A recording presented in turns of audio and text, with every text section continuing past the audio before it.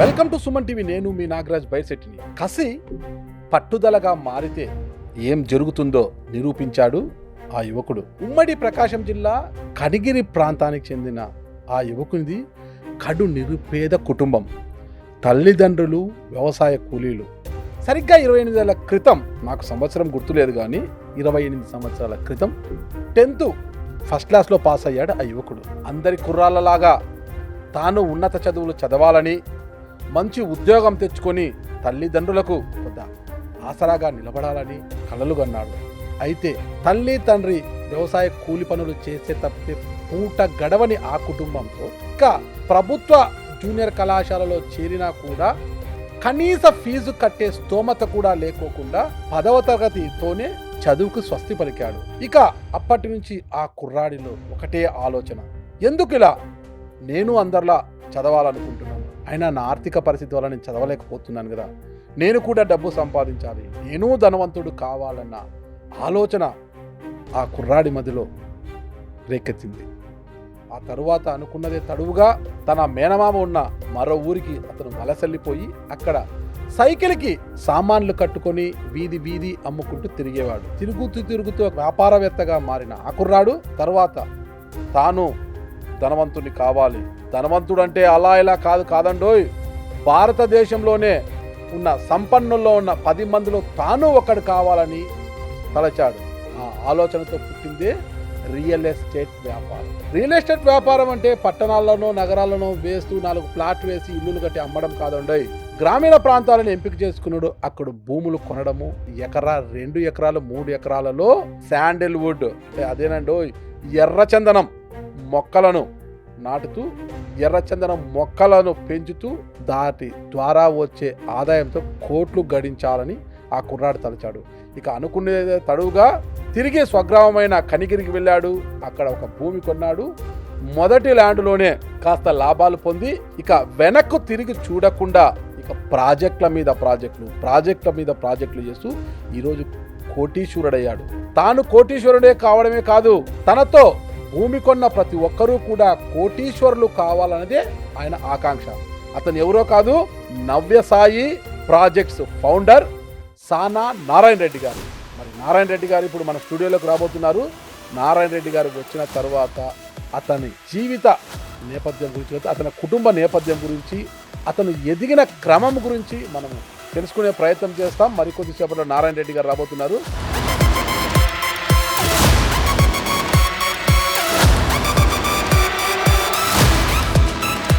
Hi Narayana Reddy గారు. నమస్తే అండి. బాగున్నారా? బాగున్నానా.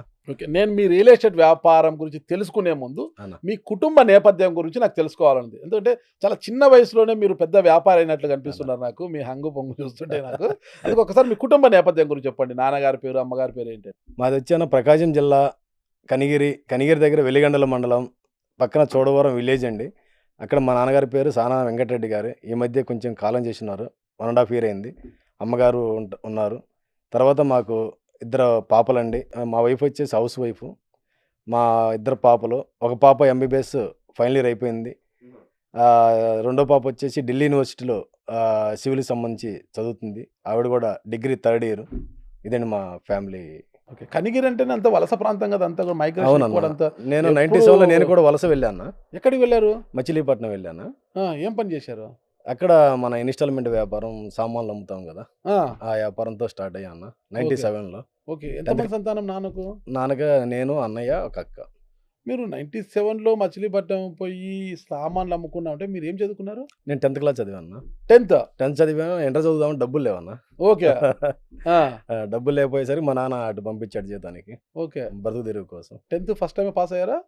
ఫస్ట్ క్లాసే పాస్ అయ్యాను. ఇంత మంచి స్టూడెంట్కి చదువుకోవడానికి ఏంటి? డబ్బులు లేవు కదన్నా. ప్రభుత్వ జూనియర్ కాలేజ్ ఉంటుంది కదా. ఉంది, కానీ ఇంట్లో గడవాలి కదా, ఇంట్లో డబ్బులు. ప్రభుత్వ జూనియర్ కాలేజ్ వెళ్ళడానికి ఇంట్లో గడవడానికి సంబంధం ఏంటి? మీరు బాగా చదువుకొని మంచి స్థాయికి వెళ్తే ఇల్లుని బాగా చూసుకోవచ్చు కదా. ఆ పరిస్థితులు అలా వెళ్ళాం, డబ్బులు సంపాదిద్దామని. అది చెప్పండి, డబ్బు సంపాదించాలనేది ఒక ఆశయం పుట్టింది. ఇంట్లో పరిస్థితులను చూసి చదువుకోవడానికి కనీసం సంవత్సరానికి ఒక 2000 3000 అని కావాలి కదా. ఓన్లీ ఒకటే ప్రభుత్వ కాలేజీలోకి వెళ్తే సరిపోదు కదా.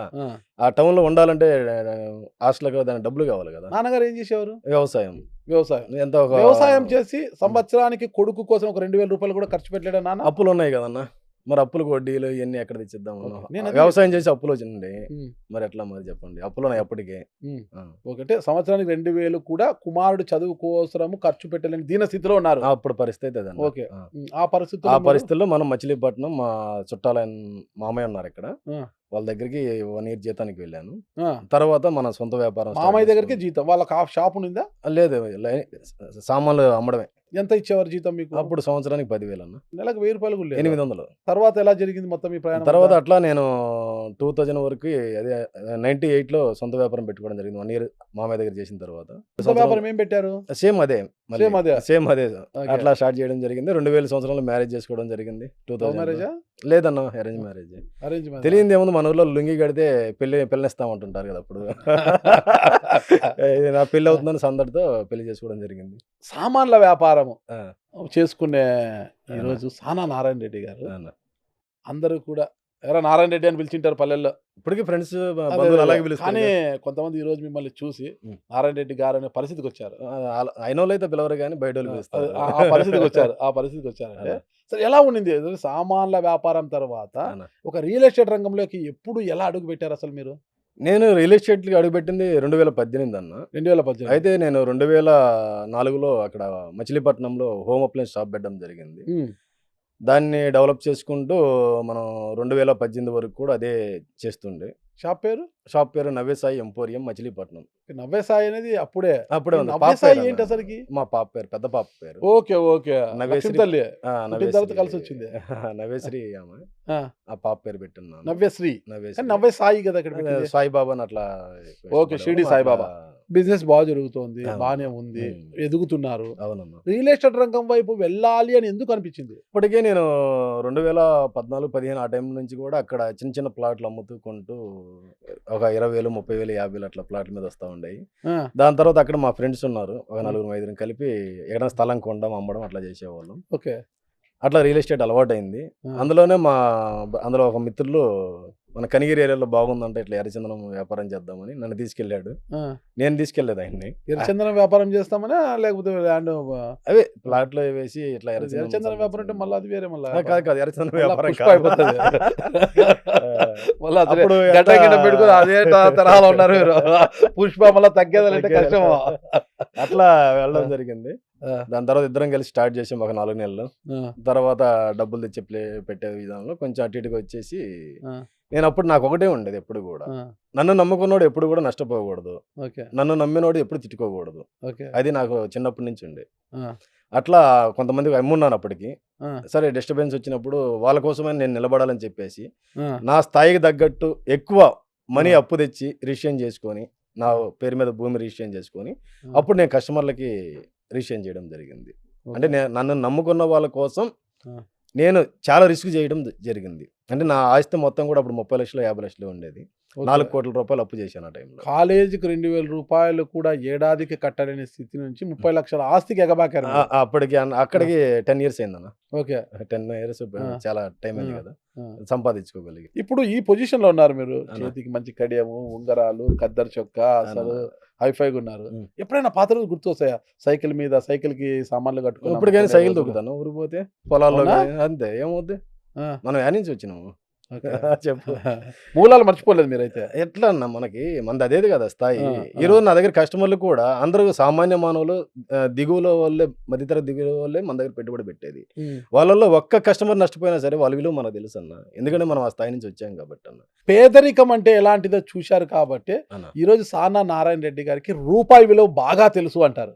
అంతే, ఎస్ అన్న. ఇప్పుడు ఇవాళ కూడా నేను ఒక్కడి నెల బిర్యానీ తినాలని తిన్నా.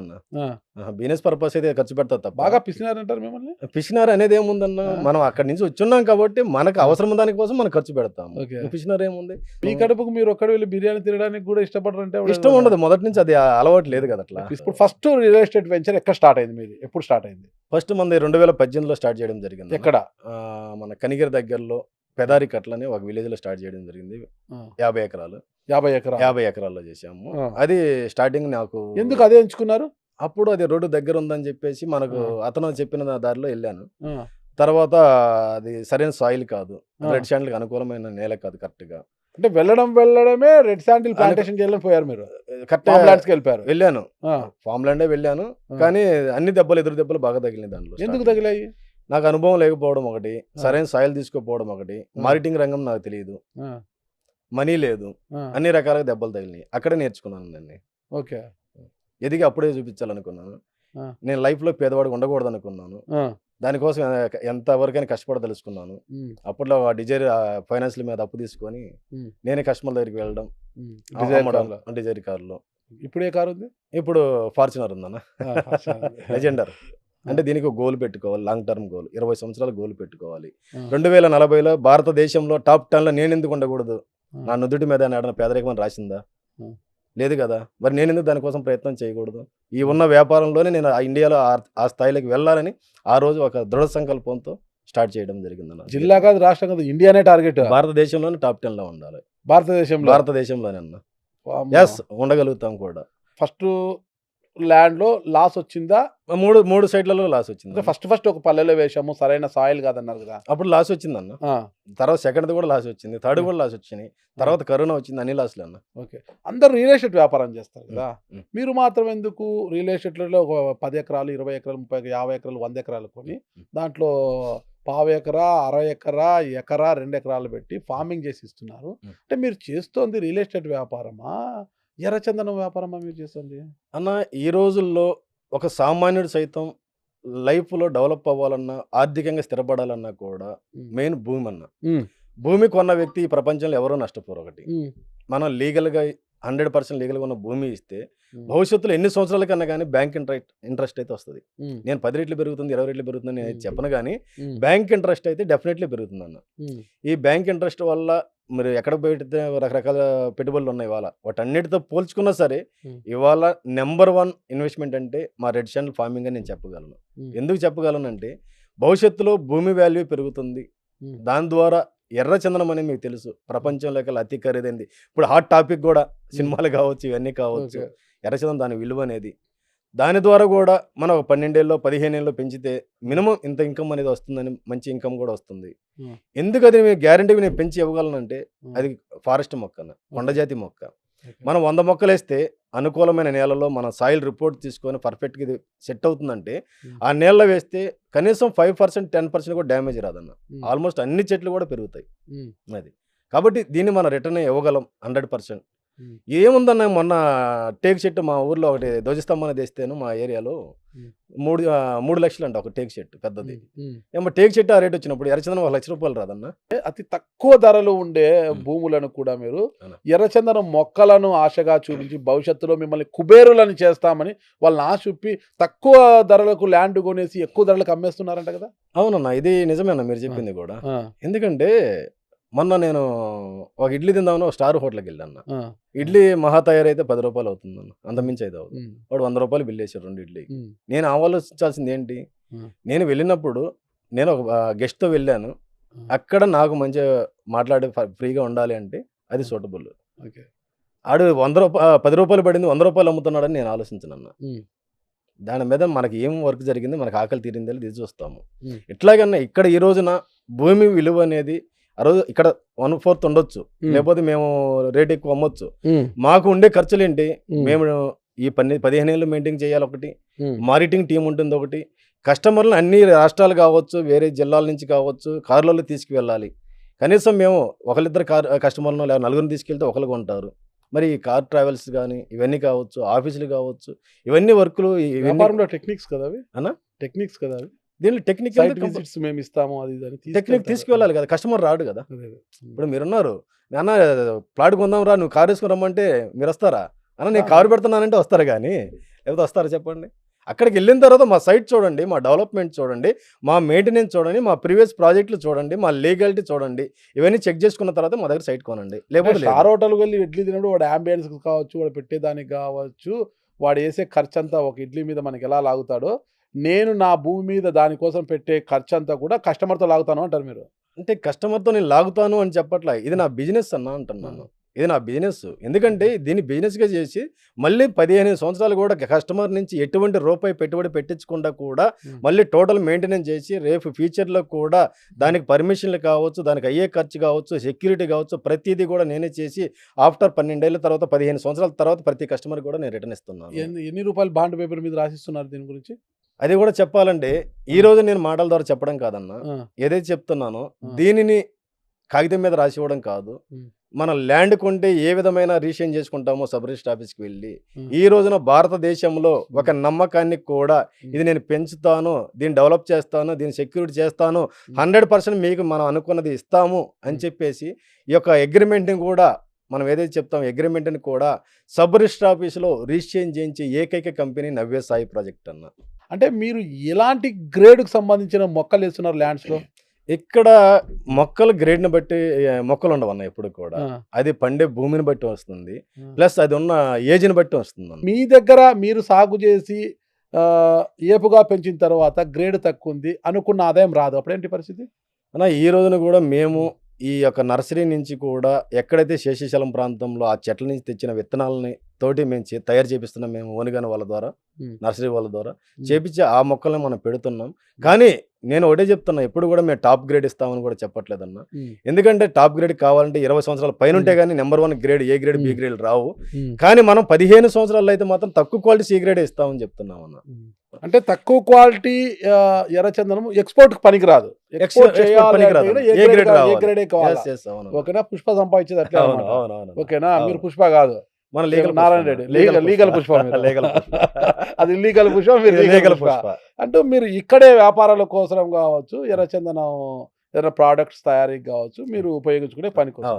అంటే ఎన్ని సంవత్సరాలు ఇస్తున్నారు మీరు అసలు? ఈ రోజు మొక్క ల్యాండ్ అమ్మి మొక్కలు పెట్టిన తర్వాత దాన్ని సంరక్షించే బాధ్యత అంటే అక్కడ లేబర్ని పెడుతున్నారు మీరు రోజు కూడా? కంపల్సరీ ప్రతి సైట్ లో చుట్టూ ఫెన్సింగ్ ఉంటుంది, గేట్లు ఉంటాయి, సీసీ కెమెరా యాక్సెస్. డెవలప్మెంట్ చేసిన రోజు నుంచి కూడా సీసీ కెమెరా యాక్సెస్ ఇస్తాం, కస్టమర్లకు ఇస్తాం. మేము కూలీలను పెడుతున్నారు మీరే? కంపల్సరీ మన హిందీ వాళ్ళని తీసుకొచ్చి, ఒరిస్సా నుంచి కుర్రోళ్ళని తీసుకొచ్చి ప్రతి సైట్ లో కూడా ఉంటారు. ఇవాళ మా దగ్గర 200 మంది ఉన్నారు.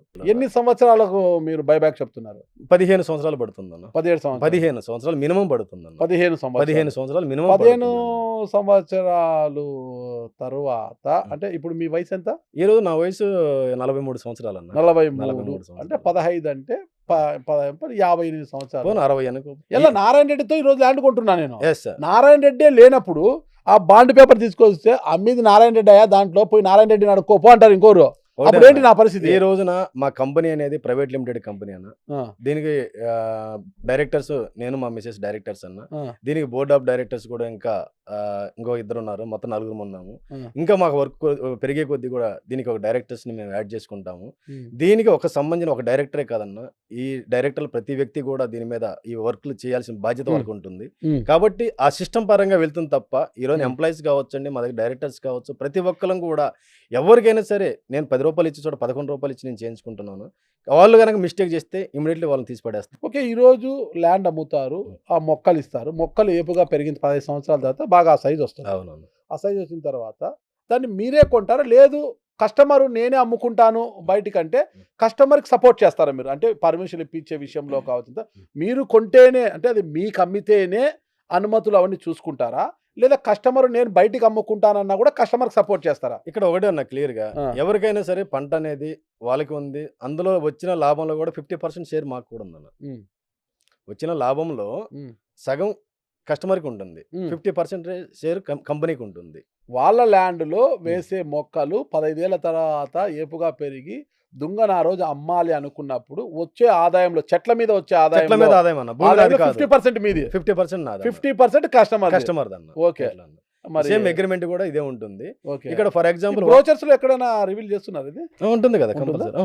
50% ఉంటుంది. ఓకే, మీరు అగ్రిమెంట్ కూడా అదే ఉంటుంది. ఓకే, నేను 10 లక్షలు పెట్టి మీ దగ్గర 1 ఎకరం కొంటా, దాన్ని 400 మొక్కలు పెట్టిస్తాను. 15 ఏళ్ల తర్వాత నా 10 లక్షలు విలువ ఎంత ఉంటుంది? ల్యాండ్ అనేది 100% ఎప్పుడూ కూడా పెరుగుతూనే ఉంటుందన్న. అది ఎంత పెరుగుద్దో అంత పెరుగుతుందో నేను కరెక్ట్గా చెప్పలేను. కానీ వీటి మీద వచ్చే ఆదాయం మాత్రం సుమారు మినిమంగా 3 కోట్ల నుంచి 4 కోట్ల కాంచి పైన వస్తుందని నేను చెప్తాను. అంటే ల్యాండ్ కొన్న తర్వాత ల్యాండ్ మీద వచ్చే ఆదాయాన్ని పక్కన పెట్టేస్తే, వాల్యూ పక్కన పెట్టేస్తే, వాల్యూ అంతా ఉండేది ఎర్రచందనం మీదే. అంటే వాల్యూ అనేది ఇప్పుడు పంటల మీద మామూలు భూముల మీద బ్యాంక్ ఇంట్రెస్టే నేను మొదటి నుంచి కూడా చెప్తున్నా అదే. ఓకే. నేను ఇక్కడ ఇలా కమర్షియల్‌గా నీకు ఎయిర్ ఫ్లై ఇలా వస్తుంది. లేకపోతే ఇక్కడ కాంప్లెక్స్ పడుతుంది. లేకపోతే ఫ్యాక్టరీ పడుతుంది. ఇయన్నీ మేమేం చెప్పమన్నా. ల్యాండ్ భూమిని అమ్ముతున్నాం. ఎర్రచందనం మాటలే చెప్తున్నాం. ఇలాంటి డెవలప్‌మెంట్ జరగనప్పుడు భూమి వాల్యూ పెరగదు ఎక్కడ కూడా. డెఫినెట్‌లీ భూమి వాల్యూ పెరుగుతుందన్న. ఎక్కడ నా చిన్నప్పుడు మా 10 కనిగిరి ఏళ్ళకి ఈ ఏరియాలో రోజున 10 లక్షలు పెట్టి తీసినాడు. 10 ఏళ్ళకి అది 12 లక్షలు అయిందనుకోండి. నాకేంటి లాభం? ఒకటన్నా నా చిన్నప్పుడు మా ఊర్లలో ఎకరం వచ్చేసి 3000, 4000, 5000 అన్న. హ్మ్. ఏది నేను వలస వెళ్ళినప్పుడు. హ్మ్. ఈ రోజున ఎకరం ఎంతుందో మీకు తెలుసు. ఇట్స్ అంటే ఎన్ని స్పాన్ రెట్లు ఆఫ్ పెరిగింది? 30 ఇయర్స్ కదా! అవునా? మీరు సుమారు వెళ్ళిన 25 ఇయర్స్ అవుతుంది. మళ్ళా? మరి 15 ఏళ్ళలో పెరుగుద్దా లేదా భూమి? ఎక్కడైనా సరే ఈ ప్రపంచంలో భూమి తగ్గినట్టు ఎక్కడన్నా చూపించుకోండి. అంటే భూమి వాల్యూ రెండింతలు అయినప్పుడే కదా లాభదాయకం అంటారు. డబల్ అయితే అవుతుంది. బ్యాంక్ అవును. ఇంట్రెస్ట్ ఇవాళ 12 ఏళ్ళకి 13 ఏళ్ళకే ఉంది డబుల్. అది డెఫినెట్లీ అయితే అవుతుంది. లేదా 2 టైమ్స్ పెరగొచ్చు. అది కూడా ఎగ్జాంపుల్ చెప్తా. మేము ఇదివరకు స్టార్టింగ్ ఎకరం 20 లక్షలకి అమ్మాము. ఈ రోజున 30 లక్షల పైన అమ్ముతున్నాం. 32 లక్షలు అమ్ముతున్నాం. భూమి వాల్యూ పెరగబట్టే మేము రేట్ అమ్ముతున్నాం. ఇప్పుడు మీరు మీ ఫోకస్ అంతా భూమి మీద పెడుతున్నారా? హ్మ్. భూమిలో వేసే మొక్కల మీద పెడుతున్నారు. ఎందుకంటే మీ బ్రోచర్‌లను ఒకసారి చూస్తే ఆ వెంచర్ యొక్క ప్రొజెక్షన్ కన్నా మీ రెడ్ శాండిల్ మొక్కల మీద ప్రొజెక్షన్ ఎక్కువ ఉంటుందన్నమాట. Yes, అంటే yes అన్న, ఎక్కడైతే అవునన్న. వ్యాపార దృక్పథం ఉంది మీకు. హ్మ్. రెడ్ శాండిల్ ద్వారా అప్పుడు కాదు ఇప్పుడు ప్రపంచంలోనే పుష్పలాగా నేను రెండో పుష్ప అయిపోవాలని అనుకుంటున్నారు మీరు అనేది కనిపిస్తుంది అక్కడ నాకు. మొదటి లేగల పుష్ప వచ్చేమో. ఆ. రెండోది ఎందుకు మొదటి లేగల పుష్ప వచ్చేమో. ఓకే. ఎన్ని లీగల్ గా పోయినా కూడా ఖండాంతరాలు దాటి దుంగ పోవాలి అంటే అవసరం ఇలా- లేదన్న. మేము ఖండాంతరాలు దాటికల్లా హ్మ్. నేను భారతదేశంలోనే మన ప్రొడక్ట్ మొత్తం కూడా ఇక్కడే తయారు చేసి ఇండస్ట్రీ పెట్టి దీన్ని నేను ప్రపంచవ్యాప్తంగా విత్ జిఎస్టీ తోటి నేను ఎక్స్పోర్ట్ చేస్తున్నా. ఇప్పటివరకు 16 ప్రాజెక్టులు చేశారు కదా మీరు. అవునన్నా. 16 ప్రాజెక్టులలో హ్మ్. ఎన్ని వందల ఎకరాలలో మీరు ఒక్కలు వేసి ఎన్ని వందల ఎకరాలు అమ్మారు? ఎంత మంది ఇప్పుడు కోటీశ్వర్లు అవుతున్నారు? 1500 ఎకరాలు చిల్లర చేసి ఉన్నామన్న. ఆ, అంటే స్టార్టింగ్ మాకు చాలా టైం పట్టేది. ఆ, 30 ఎకరాలు 20 ఎకరాలు అమ్మేవాళ్ళం సంవత్సరం. ఆ. తర్వాత వచ్చి 50 ఎకరం 100 ఎకరం. ఉమ్. లాస్ట్ ఈ 2024 నుంచి సుమారు 1000 ఎకరాల వరకు మేము సేల్ చేయగలిగామన్న. Total Okay. ఇప్పుడు 1500-1600 ఎకరాలు చేసాము. వీళ్ళందరూ భవిష్యత్తు కోటీశ్వర్లే. అది 100% నేను చెప్తాను. ఎందుకంటే చిన్న ఎగ్జాంపుల్ అన్న, రీసెంట్గా నేనే ఒక 83 చెట్ల నుంచి అగ్రిమెంట్ చేయించుకొని 1,45,00,000కి అగ్రిమెంట్ చేయించుకున్నాను. ఉమ్, ఆ రైతు వచ్చేసి చాలా కటికి పేదవాడు, 7 ఎకరాలు పండించున్నాడు. ఉమ్, గట్ల మీద వేసుకున్నాడు. ఇవాళ వరకు అతనికి అప్పులే ఉన్నాయి. ఉమ్, భూమి మీద వచ్చింది ఏమీ లేదు. ఉమ్, ఇవాళ ఆ భూమి అమ్ముకున్న మహా అయితే ఒక 60-70 లక్షలే వస్తాయి.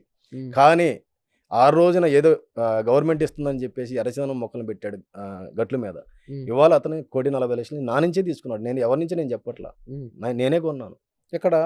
చిత్తూరు జిల్లా. చిత్తూరు జిల్లా. ఎక్కడ? ఏ ప్రాంతంలో? నంబర్ ఉందా? ఉందన్న. అగ్రిమెంట్ కూడా ఇస్తాం మీకు. అవును, నేను ఫోన్ చేస్తా కస్టమర్. చేయన్నా. హలో రాజేష్ అండి. అవునండి. బ్రదర్, నా పేరు నాగరాజు. నేను Suman TV journalist, Hyderabad. Okay. బాగున్నారు బ్రదర్? అవునండి బ్రదర్. మీ ల్యాండ్లో ఎన్ని చెట్లను వీళ్ళకు అగ్రిమెంట్ చేశారు, ఎంతకు అమ్మారు అనేది నేను అడుగుతున్నాను అనమాట. మీకు అమ్మారా? వాళ్ళు మేము కొన్నాం వాళ్ళతో అంటున్నారు. అది నాకు అక్కడ రుజువు కావాలన్నమాట. అవునా కాదా? అంతే. అవునండి, కరెక్ట్. అతను ఏమైతే చెప్పాడు అవన్నీ కరెక్ట్. అంతేనా? అతను ఏం చెప్పినా కరెక్ట్.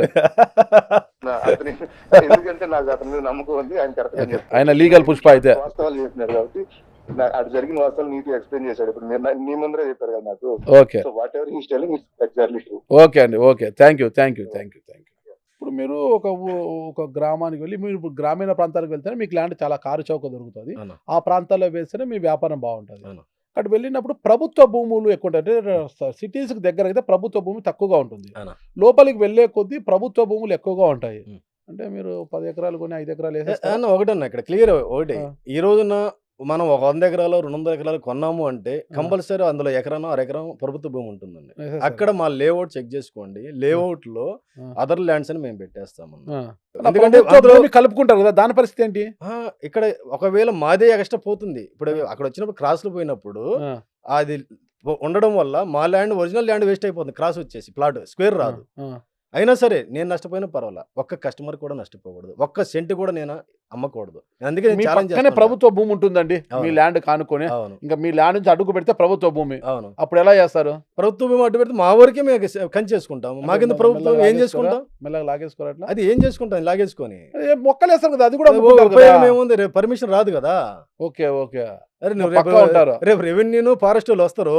సర్వే నెంబర్ ఎక్కడ వరకు వాళ్ళు తెలుసుద్ది కదా, నీకు ఎట్టేస్తారు పర్మిషన్ ఇయ్యరు కదా, వేసుకుని Okay. ఉపయోగం ఏముంది? నేను వరి బండి ఇచ్చేవన్నా లేకపోతే శనగ బండి ఇచ్చేవన్నా? ఒక మంత్రినో ఎవరినైనా పట్టించుకొని ఎంఆర్ఓ ఏముండదు, ఏముండదు, అంత రిస్క్ మనకి ఎందుకన్నా? ఆన్లైన్ ఎక్కించుకోవడం ఇంకొక 100 ఎకరాలు అమ్ముకుంటామన్నా, ఏముంది? Okay. ఇంకొక 1000 ఎకరాలు అమ్ముతాను, ఏమైంది? నవ్యసాయి ప్రాజెక్ట్స్ లో పెట్టుబడి పెట్టే ప్రతి కస్టమర్ కూడా భవిష్యత్తులో ఖచ్చితంగా Hmm.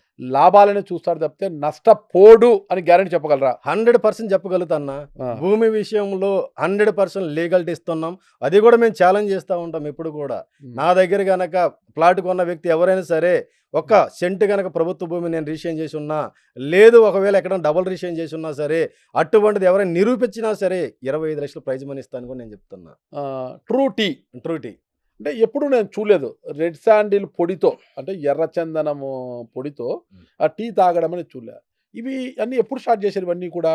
అంటే ఇది ఆల్రెడీ ప్రాసెసింగ్ లో ఉన్నామన్నా. ఆ, ప్రాసెసింగ్ లో ఇంకా processing లో ఉన్నారు. ప్రాసెసింగ్ లో ఉన్నాము. ఆ. ఇది కూడా వేరే మేము మా దగ్గర ఇంకా లైసెన్స్ దానికి సంబంధించిన లేకపోవడం వల్ల వేరే వాళ్ళ దగ్గర తీసుకున్నాము. అంటే పౌడర్ తీసుకున్నాము, దాన్ని మేము ప్రాసెసింగ్ చేయించున్నాము. దీనికంత అప్రూవల్స్ ఉన్నాయా? అప్రూవల్స్ ఉన్నాయి, విత్ జిఎస్టీ తోనే ఉన్నాయి మొత్తం టోటల్ లీగల్ అన్న, Okay. పక్కా Okay. లీగల్. దీంట్లో ఆ. మాత్రం ఎటువంటి ల్యాబ్ ఉండదు. టెస్టింగ్ మొత్తం ఉంటుందన్న. ఎఫ్ఎస్ఐ సర్టిఫికేట్ టోటల్ మొత్తం విత్ లీగల్ తో ఉన్నాము. సోప్ అంతా కూడా. సోప్ మొత్తం కూడాను. ఇది ఈ వచ్చేసి సోప్ వాడితే ఖచ్చితంగా గోల్డ్ గ్లో వస్తుందా మీ సోప్ వాడితే? 100% గ్లో రాకపోయినా సరే నీ చర్మం దెబ్బతినదన్న. ఈ రోజున మనం ఆ. కెమికల్ సోప్లు అన్ని వాడుతున్నాం అన్న. మాది వచ్చేసి న్యాచురల్ హ్యాండ్ మేడ్ సోప్ అన్న. గ్లో వుడ్ అని పెట్టింది. గ్లో వుడ్ అన్న. ఆ. అంటే గ్లో వస్తుంది ప్లస్ వుడ్ తో చేసింది పక్కా కాబట్టి ఇస్తారా 100% glow న్యాచురల్. వస్తుందని? 100% అన్న. టీ పొడి ఎలా తాగాలి? ఇది మాత్రం కొంచెం టీ పొడి మనం నీళ్ళు వేసుకొని బాయిల్ చేసేసి దాంట్లో మన స్వీట్నెస్ కోసం బెల్లం కానీ హనీ కానీ వేసుకొని తాగితే, కాబట్టి ఇది న్యాచురల్ గా చాలా మంది ఆయుర్వేదిక్ కూడా చాలా మంది మంచిగా చెప్తున్నారు. ఓకే. మీకు తెలుసు మీది రాయలసీమ కదా, మన ఊర్లో Okay. అందరూ రోకల పండ్లు వాడతారు ఎర్రచందనం కరెక్ట్. పచ్చళ్ళకి. మరి కొంచెం వెళ్తేనే అంత హెల్తీగా భావించిన వాళ్ళు రోజు కొంచెం ఎంత ఒక 1/2 గ్రామ్ 1 గ్రామ్ మన పొట్లకి వెళ్తే చాలా మంచిది కదన్న. ఇప్పుడు ఇది కూడా మొత్తము ఇది రెడ్ శాండిల్ మాల్ అన్న. దీన్ని వేసుకోవడం వల్ల ఏం ప్రయోజనం ఉంటుంది అంటారు? సెంటిమెంట్ గాను ప్లస్ ఒక రెడ్ శాండిల్ తాగడం వల్ల ఒక పాజిటివ్ వైబ్రేషన్స్. ఇప్పుడు మన రుద్రాక్ష వేసుకుంటే ఏమొస్తుంది అనుకుంటాం, సేమ్ అన్న అట్లా. మరి ఇప్పటివరకు మీరు 16 ప్రాజెక్టులు చేశారు కదా, ఇప్పటివరకు ఎంతమంది కస్టమర్స్ మీ దగ్గర ఆ ప్లాట్లు కొన్నారు? ఎంతమంది హ్యాపీగా ఉన్నారు? ఎవరైనా అనవసరంగా కొన్నా ఊరికే పెట్టుబడి ఏదో బా మొక్కలు ఇంకా పెరగడం లేదా అది ఇది ఎవరైనా అసహనంగా ఉన్నారా? ఇది మాత్రం హ్యాపీగా చాలా ఉన్నారా? మంచిగా వచ్చినన్న. ఆ. ఈ రోజున మాకు సుమారు 6000 పైన హ్యాపీ కస్టమర్స్ ఉన్నారు. ఉమ్, నేను ఒకటే చెప్తాను, ఏ కస్టమర్ కైనా సరే, ఉమ్, ఏ కస్టమర్ అయినా సరే మీరు ఎనీ టైం మన సైట్లకు వెళ్ళండి. ఆల్రెడీ మేము సీసీ కెమెరా యాక్సెస్ కూడా ఇస్తున్నాము, చూసుకోండి. మీరు సైట్కి వెళ్ళండి. మీరు కొన్న రోజున సైట్ ఎట్లా ఉంది, ఈ రోజున ఎట్లా ఉంది, మీరు చూసిన తర్వాత హ్యాపీ అనుకుంటేనే ఉమ్. మీరు మా దగ్గర మళ్ళీ 10 మందికి చెప్పండి, లేకపోతే దాని నుంచి మాకు ఫీడ్బ్యాక్ ఇవ్వండి. ఒకవేళ మీకు వద్దనుకున్నా సరే మా లేఅవుట్లు మేము ఓపెన్ చేస్తాము, ఇమ్మీడియట్లీ మీకు అమ్మిచ్చే ఏర్పాటు కూడా మేము చేస్తామని చెప్తా ఉన్నాం. భవిష్యత్తుపై భరోసాతో ఈ రోజు నేను పెట్టుబడి పెట్టచ్చు భూమి మీద. భూమి నమ్ముకుంటే ఎప్పుడు చెడిపోడు, అవునన్నా. బాగుపడతాడు. కానీ మీ దగ్గరే భూమి నేను కొనాలి అనుకున్నప్పుడు మిమ్మల్ని నేను ఎందుకు నమ్మాలి అంటారు? ఇది కూడా చాలా మంచిగా వచ్చినన్న. ఆ, ఈ రోజున మేము ఒకటే అంటున్నాము, నన్ను నమ్మొద్దు, నా ప్రాజెక్ట్ని చూడండి, ఉమ్, నా ప్రీవియస్ ప్రాజెక్టులు అన్ని చూడండి, మా డెవలప్మెంట్ చూడండి, మా మెయింటెనెన్స్ చూడండి, ఉమ్. మేము ఎలా చేస్తున్నామో చూడండి. వీటన్నిటి మించి మాకు సంబంధించిన మేము కొంటున్న భూములు కంపెనీ పేరు మీద రిజిస్ట్రేషన్ చేయించుకొని ఆన్లైన్ చేయించుకున్న తర్వాతనే ప్రతి కస్టమర్కి మేము అమ్ముతాం. ఏదో రైతులకి పావలా బ్యాడ్ ఇచ్చేసి మళ్ళీ మేము ఏదో కస్టమర్లకి వ్యాపార పరంగా చేయట్లా. ప్రతి ల్యాండ్ కూడా కంపెనీ పేరు మీద రిజిస్ట్రేషన్ అయిన తర్వాత మేము లాంచింగ్ చేయడం జరుగుతుంది. లీగల్గా మీరు చెక్ చేయించుకోండి. 100% లీగల్గా ఉంటేనే మా దగ్గర కొనండి, లేకపోతే వద్దు అంటాను నేను. మీ టార్గెట్ ఎన్ని వేల ఎకరాలలో సాగు చేయాలనుకుంటున్నారు? 10,000 ఎకరాలు నేను చేయాలని టార్గెట్ పెట్టుకున్నాను. ఈ రోజు 2024 1000 ఎకరాలు చేశాను. ఇంకా సుమారు నా 2030కి ఇంకొక సుమారు ఇంకా 5-6 సంవత్సరాలు ఉంది. ఈ సంవత్సరంతో కలిపితే 6 సంవత్సరాలు ఉంది. ఈ టైంకి నేను 10,000 కాదు ఇంకా ఎక్కువ కూడా బిజినెస్ చేస్తాను. ఇప్పటివరకు నవ్యసాయి ప్రాజెక్టులు ఎక్కడెక్కడ వెలిశాయి, భవిష్యత్తులో ఇంకా ఎక్కడెక్కడ ఏర్పాటు ఇప్పుడు చేయబోతున్నారు? ఈ రోజు ప్రజెంట్ మనకి నల్లమల ఏరియాలో పల్నాడు స్టార్ట్ అయితే ప్రకాశంలో ఉన్నాయి, మా నెల్లూరులో ఉన్నాయన్న. ఉమ్, ఇంకా భవిష్యత్తులో మనం ఇది చిత్తూరు జిల్లా, సత్యసాయి జిల్లా, కొంత కర్నూలు జిల్లా ఈ భాగంలో కూడా వెళ్ళాలని మేము చూస్తున్నాము. భవిష్యత్తులో ఇంకా ఏ ప్రోడక్ట్ ఆల్రెడీ దీని నుంచి కూడా మేము కాస్మెటిక్స్ కూడా R&D డిపార్ట్మెంట్ చేపిస్తున్నామన్న. ఇప్పటికి 50 వెరైటీస్ తోటి కాస్మెటిక్ రంగంలో బయటకు తీస్తున్నాము. అవి కూడా ఆల్రెడీ టెస్టింగ్ జరుగుతున్నాయి. ఇంకో 2-3 మంత్స్లో కూడా అవి కూడా బయటకు రిలీజ్ చేస్తాము.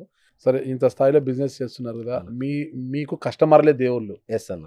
అది కూడా మేము చెప్తున్నా ఇప్పుడు కూడా ఏ కస్టమర్కి అయినా సరే మేము చెప్పిన దానికన్నా తగ్గితే నా దాంట్లో నేను ఇస్తాను చెప్పాను. ఓకే. ఫస్ట్ ప్రాజెక్ట్లో నేను చెప్తాను ఇవాళకి కూడా ఇంతమంది సమక్షంలో మీ మా సమక్షంలో ఆ. కొన్ని వేల మంది చూసే కార్యక్రమాలు కూడా ఆ. చెప్తున్నా. అందులో సరైన పంట రాకపోయినా సరే నేను ఎక్కడ వదలలేదన్న. ఆ. దాన్ని మళ్ళీ శ్రీగంధం వేరే పంటలు వేసి దాన్ని పెంచుతున్నాను.